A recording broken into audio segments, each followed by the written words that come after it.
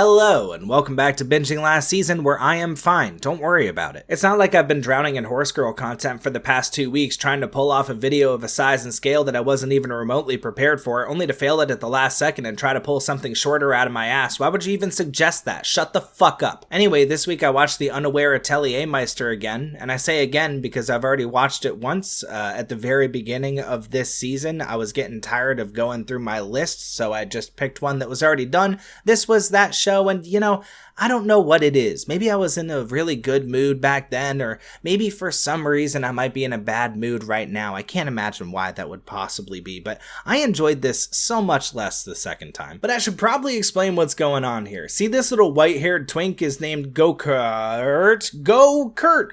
Go Kurt, go! I'm just supporting my little fella. I'm just like a nice guy like that.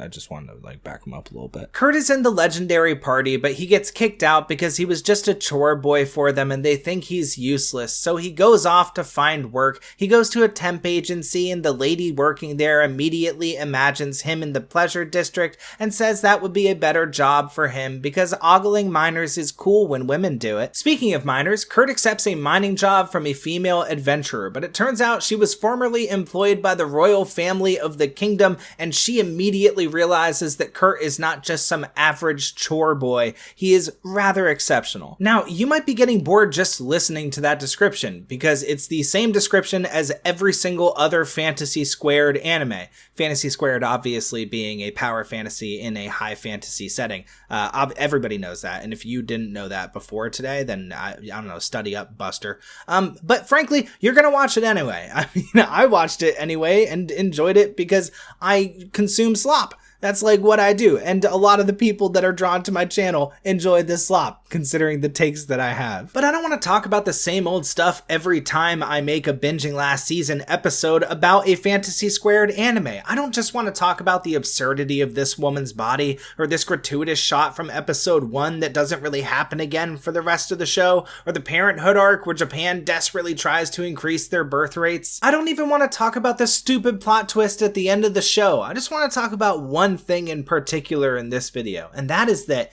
this tiny white-haired man is basically just Goku. You see, Kurt is a character archetype that I like to refer to as the happy-go-lucky fuckwit. His stupidity knows no bounds. He's the type of dude to misunderstand a situation that is happening directly in front of him as people are explaining why he has it wrong, and he will still come to the wrong conclusion. That's the type of guy he is, but he balances it out by being a hard worker and a genuinely really nice guy that people just want to look out for because he's so pure-hearted. Sound familiar? But the similarities don't stop there. They're both expatriates from societies that are significantly stronger than everyone else. They both act completely oblivious when women just throw themselves at them. They're both, in anime. Look, I mean, they're basically the same person at that point. The only difference between them is that Kurt doesn't punch stuff. He has no combat abilities. But what? You're telling me that Goku isn't Goku to you if he doesn't punch stuff?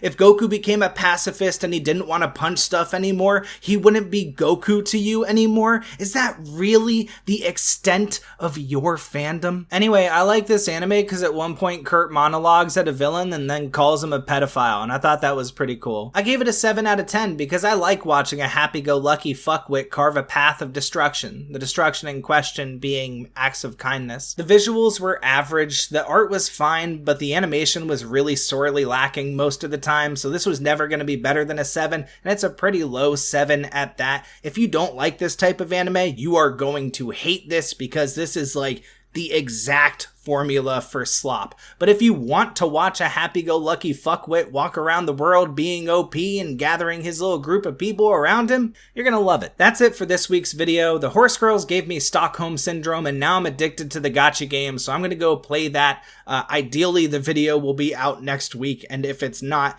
I will experience sadness like I have never experienced before. I'll see you guys then.